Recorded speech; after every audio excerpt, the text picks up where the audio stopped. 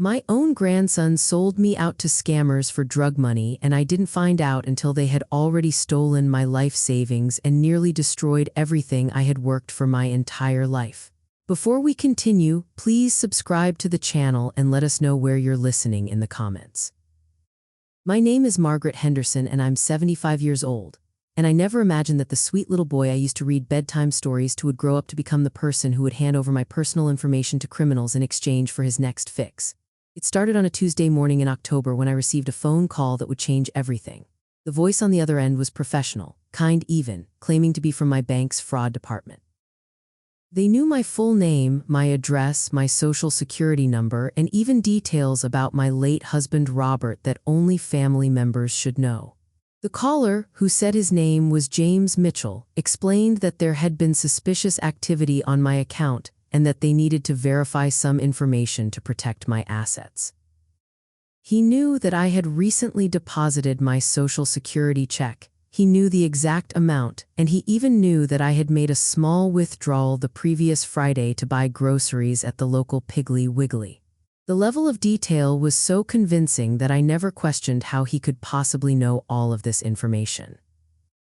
James explained that hackers had been targeting elderly customers in our area, and that my account was at risk of being completely drained if we didn't act quickly. He said they needed to move my money to a secure temporary account while they investigated the breach, and that this was standard protocol for protecting customers in situations like this. The urgency in his voice was palpable, and he made it clear that every minute we delayed put my life savings in greater jeopardy.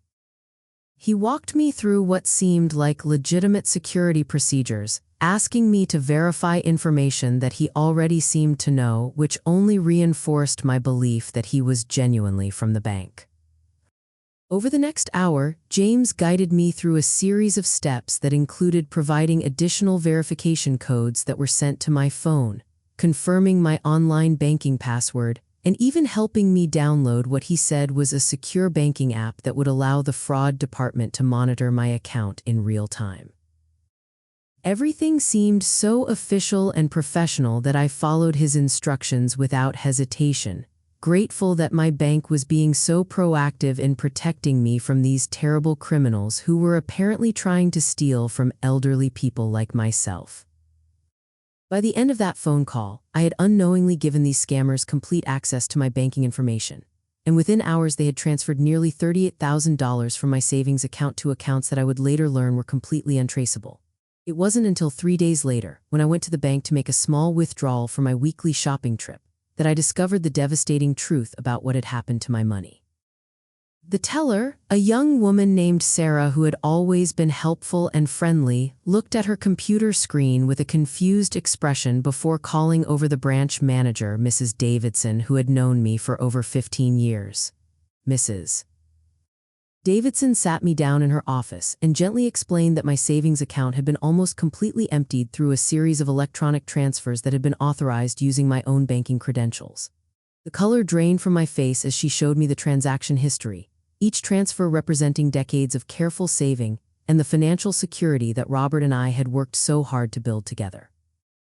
Mrs. Davidson immediately contacted the bank's actual fraud department, and within minutes it became clear that the call I had received earlier that week had been part of an elaborate scam, and that James Mitchell was not a bank employee, but rather a sophisticated criminal who had somehow obtained enough of my personal information to make his story completely believable. The real fraud investigator, Detective Rodriguez, arrived at the bank within an hour and began asking me detailed questions about the phone call, trying to understand how the scammers had obtained such specific and accurate information about my banking habits and personal life. As we went through the details of that Tuesday morning conversation, a terrible realization began to form in my mind, a suspicion so awful that I didn't want to acknowledge it even to myself. The scammers had known things that weren't in any public record or database, intimate details about my routine, my late husband's military service, and even the fact that I always deposited my Social Security check on the first Tuesday of each month. Detective Rodriguez explained that this level of detailed personal information typically comes from someone close to the victim, someone who has regular access to their home and personal conversations. The thought that someone in my own family might have betrayed me was so heartbreaking that I initially refused to consider it, but Detective Rodriguez had seen these cases before and knew that family members, especially those struggling with addiction, were often the source of the personal information that made these scams so convincing. He asked me to think carefully about who in my family might have access to my financial information, who knew my routines, and who might be desperate enough for money to do something this terrible. My mind immediately went to my grandson Tyler, Robert's brother's boy, who had been struggling with heroin addiction for the past 3 years and had been in and out of rehab programs multiple times. Tyler had been staying with me on and off for months, claiming he was trying to get clean and needed a stable place to live while he got back on his feet. I had welcomed him into my home with open arms, happy to help family and hopeful that my love and support might be what he needed to overcome his addiction. Tyler knew all of my routines, he had seen me handle my banking information, and he had been present for phone calls with my late husband's Veterans Affairs representative where many personal details had been discussed. The more I thought about it, the more the pieces began to fit together in a way that made me feel physically sick. Detective Rodriguez asked if Tyler had ever shown unusual interest in my personal information, or if I had noticed him acting suspiciously around my financial documents. I remembered several occasions when I had found Tyler looking through papers on my kitchen table, but he had always claimed he was just cleaning up or organizing things to be helpful. There was also the time I had caught him taking pictures with his phone in my bedroom, but he had said he was just trying to get better cell phone reception by the window. At the time, these incidents had seemed innocent enough, but now they took on a much more sinister meaning as I realized he might have been documenting my personal information to sell to criminals. The detective explained that drug addicts often become involved with criminal networks that pay them for access to potential victims, especially elderly relatives who might have savings and who trust them enough to provide personal information without suspicion.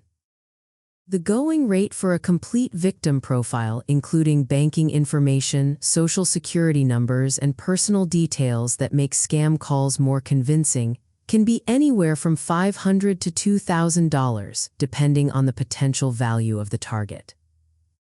For someone desperate for their next fix, selling out a trusting grandmother becomes just another way to get money for drugs, with little thought given to the devastating consequences for the victim. Detective Rodriguez arranged for Tyler to be brought in for questioning the following day, and I spent that entire night lying awake in my bed, staring at the ceiling and trying to process the possibility that my own grandson, the little boy I had loved and supported through so many difficulties, could have betrayed me in such a cruel and calculated way. When Tyler arrived at the police station the next morning, he initially denied any involvement in the scam, claiming he had no idea how the criminals had obtained my information and suggesting that perhaps my computer had been hacked or my mail had been stolen. But Detective Rodriguez had dealt with addicts before and knew how to apply the right kind of pressure to get to the truth. He explained to Tyler that they were treating this as a federal case involving elder abuse and fraud, and that the penalties for someone who provides victim information to scammers could include decades in prison, especially when the victim is a family member who trusted them. He also mentioned that they were checking Tyler's phone records and bank accounts for any suspicious payments or communications with known scam operations. The detective gave Tyler one chance to tell the truth and potentially cooperate with the investigation in exchange for a reduced sentence, making it clear that this was a limited-time offer that wouldn't be available once they had completed their investigation. After sitting in silence for nearly 10 minutes, Tyler finally broke down and confessed to everything, sobbing as he admitted that he had been providing detailed information about me to a criminal contact he had met through his drug dealer. The criminal, who went by the name Marcus, had offered Tyler $800 for a complete profile of an elderly relative who had savings, and who would be likely to fall for a sophisticated phone scam. Tyler had been desperate for money to buy heroin and had convinced himself that the criminals were just going to make some small withdrawals that I probably wouldn't even notice, never imagining that they would take nearly everything I had. He provided Detective Rodriguez with Marcus's phone number and description, though he admitted that Marcus was probably using a fake name and had likely disappeared once the scam was completed. Tyler begged me to forgive him, saying that he had been out of his mind with withdrawal symptoms and that he never meant for things to go as far as they did, but the damage was already done and my life savings were gone. The investigation revealed that Marcus was part of a larger criminal organization that specialized in elder fraud, using drug addicts and desperate family members to gather intelligence on potential victims before executing sophisticated phone scams that could steal entire life savings in a matter of hours. This particular group had been operating across multiple states and had stolen millions of dollars from elderly victims, many of whom, like me, had been betrayed by their own family members who provided the personal information that made the scams so convincing. Detective Rodriguez explained that recovery of stolen funds in cases like this was extremely rare, as the money was typically transferred through multiple accounts and converted to untraceable forms of payment within hours of being stolen. The bank's insurance policy covered some types of fraud, but because I had voluntarily provided my banking information and passwords to the scammers, even though I had been deceived into doing so, the coverage was limited and would only reimburse a small fraction of what had been stolen. The legal proceedings that followed were almost as devastating as the original theft, as I had to relive the betrayal over and over again in court while watching my own grandson face the consequences of his actions. Tyler was ultimately sentenced to 3 years in prison for his role in the scam, though he would be eligible for parole in 18 months if he completed a drug treatment program while incarcerated. The prosecutors made it clear that they were being lenient because of his cooperation in the investigation, and because this was his first conviction for a serious felony. But they also warned that any future involvement in criminal activity would result in much harsher penalties. Watching Tyler being led away in handcuffs was one of the most heartbreaking moments of my entire life, as I grieved not only for the grandson I thought I knew, but also for the financial security that Robert and I had spent our entire marriage building together. The impact of this betrayal extended far beyond just the financial loss, though losing nearly all of my savings at 75 years old was certainly devastating enough on its own. I found myself questioning every relationship in my life, wondering who else might be willing to betray my trust for the right price, and becoming suspicious of phone calls, emails, and even face-to-face interactions with people who had previously seemed trustworthy. The psychological trauma of being victimized by my own family member created a level of paranoia and anxiety that made it difficult for me to function normally in daily life, and I began avoiding social situations and isolating myself from friends and neighbors who had always been an important part of my support system. I had to move out of the house that Robert and I had shared for over 40 years because I could no longer afford the mortgage payments and property taxes without my savings to supplement my Social Security income. The new apartment was smaller in a less safe neighborhood and didn't have the garden where I had spent so many peaceful hours tending to the flowers that Robert had planted for me before his death. Every aspect of my daily life changed as a result of Tyler's betrayal, from the food I could afford to buy to the activities I could participate in, and I was constantly reminded of what I had lost every time I had to decline an invitation or skip a purchase because the money simply wasn't there anymore. The emotional toll on our extended family was also severe, as Tyler's parents struggled with guilt and shame over their son's actions while also trying to support me through the aftermath of his betrayal. Family gatherings became tense and awkward, with everyone walking on eggshells and avoiding any mention of Tyler or the money that had been stolen, creating a permanent rift in relationships that had once been close and supportive. Tyler's younger sister, Katie, was particularly affected, as she had looked up to her older brother and was devastated to learn that he was capable of such cruelty toward someone who had always loved and supported him unconditionally. The ripple effects of his actions touched every member of our family in different ways, destroying trust and creating divisions that would take years to heal, if they ever could be fully repaired. Despite all of this pain and devastation, I eventually came to understand that Tyler's addiction had essentially hijacked his brain and moral reasoning, making him capable of actions that he never would have considered when he was sober and healthy. This understanding didn't excuse what he had done or eliminate the consequences of his choices, but it did help me begin the long process of forgiveness, not for his sake but for my own peace of mind and emotional healing. I started attending support groups for victims of elder fraud and family betrayal, where I met other people who had experienced similar violations of trust and who understood the complex emotions involved in being victimized by someone you love. Through these groups, I learned coping strategies for dealing with the anxiety and paranoia that had developed after the scam, and I slowly began to rebuild my ability to trust other people, though I remained much more cautious and vigilant than I had been before Tyler's betrayal. I also became an advocate for elder fraud prevention, sharing my story with community groups and law enforcement agencies to help educate other seniors about the warning signs of scams and the importance of protecting personal information, even from family members who might seem trustworthy. The detective who had worked on my case, Rodriguez, invited me to speak at training sessions for new officers, where I could help them understand the devastating impact that these crimes have on victims and the complex family dynamics that often enable the scammers to succeed. These speaking engagements gave me a sense of purpose and helped me feel like something positive could come from my terrible experience, possibly preventing other families from going through the same kind of betrayal and financial devastation that I had endured. Tyler was released from prison after serving 22 months of his sentence, having completed the drug treatment program and maintained sobriety throughout his incarceration, and he reached out to me through his parole officer to request a meeting where he could apologize and attempt to make amends for what he had done. I agreed to meet with him, though I made it clear that forgiveness would be a long process and that rebuilding any kind of relationship would require consistent proof that he had truly changed and was committed to making better choices going forward. The meeting was emotional and difficult, with Tyler expressing genuine remorse and shame for his actions while also explaining the desperate mindset that addiction had created in his thinking at the time of the scam. He had gotten a job in construction and was living in a halfway house, working to rebuild his life and establish a pattern of responsible behavior that might eventually earn back some measure of trust from our family.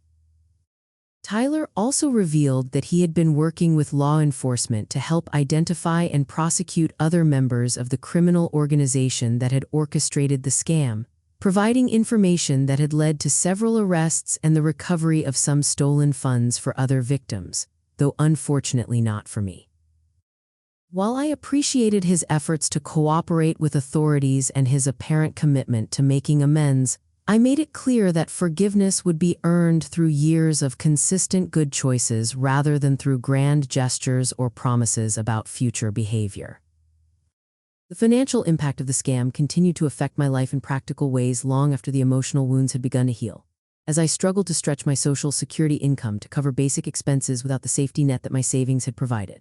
I had to learn to budget in ways that I hadn't needed to since Robert and I were young newlyweds just starting out, carefully tracking every expense and looking for ways to cut costs without sacrificing too much of my quality of life. I qualified for some assistance programs for seniors, including reduced-cost prescription medications and discounted utilities, but the application processes were complex and time-consuming, requiring documentation and follow-up that sometimes felt overwhelming for someone my age. The stress of financial insecurity at this stage of my life, when I should have been enjoying my retirement years without worrying about money, created health problems including high blood pressure and insomnia that required additional medical treatment and expenses that further strained my limited budget. Despite all of these challenges, I was determined not to let Tyler's betrayal define the rest of my life or destroy my ability to find joy and meaning in my remaining years, though some days this determination was much stronger than others. I eventually found volunteer work at a local animal shelter, where I could contribute my time and energy to a cause I cared about while also gaining the social interaction and sense of purpose that had been missing since the scam had disrupted my life so dramatically. The animals at the shelter didn't care about my financial situation or family problems. They just appreciated the love and attention I could give them, and caring for them helped restore some of my faith in the basic goodness that exists in the world despite the cruelty that some humans are capable of inflicting on others. Working with other volunteers also helped me rebuild social connections and friendships based on shared interests and values rather than family obligations or financial considerations, giving me a fresh start in relationships that weren't tainted by the betrayal I had experienced. Through this volunteer work, I met a leaner, another widow who had also experienced financial fraud, though in her case it had been perpetrated by a dishonest financial advisor rather than a family member, and we became close friends who could support each other through the ongoing challenges of rebuilding our lives after such devastating losses. Alina and I started a small support group for seniors who had been victims of various types of financial crimes, meeting monthly in the community room of our local library to share experiences, resources, and emotional support with others who understood the unique challenges we faced. Our group gradually grew to include about 15 regular members, and we began inviting guest speakers from law enforcement, banking, and social services to provide education and resources that might help us protect ourselves and others from future victimization. The group became an important part of my healing process and gave me a way to channel my anger and grief into something constructive that could potentially help other people avoid the same kind of devastating betrayal that I had experienced at the hands of my own grandson. Looking back now, 3 years after Tyler's betrayal first shattered my life and my trust in family, I can see that I have managed to build a different kind of life that has meaning and purpose, even though it bears little resemblance to the retirement I had planned and expected to enjoy. My relationship with Tyler remains complicated and limited, as he has maintained his sobriety and continues to make efforts to rebuild his life. But the damage he caused was so profound that complete forgiveness and trust may never be fully restored, and I have had to accept that this is simply the reality of our relationship going forward. The financial security that Robert and I worked so hard to build is gone forever, and I will never recover the money that was stolen, but I have learned to find satisfaction and even happiness within the constraints of my new circumstances, though this acceptance came only after a long period of grief and adjustment. I still feel angry sometimes when I think about how different my life would be if Tyler had made better choices, and I still struggle with feelings of guilt and self-blame for trusting him and falling for the scammer's lies, but these emotions no longer dominate my daily experience the way they did in the immediate aftermath of the betrayal. The support group Alina and I started has become a source of deep fulfillment, as we have been able to help dozens of other fraud victims navigate the complex emotional and practical challenges of rebuilding their lives after being victimized by people they trusted, and several members have told us that our group was crucial in their recovery process. If you like this story, please like this video, subscribe to the channel, and share your thoughts about this story in the comments below. And to listen to our next story, click on the box on the left.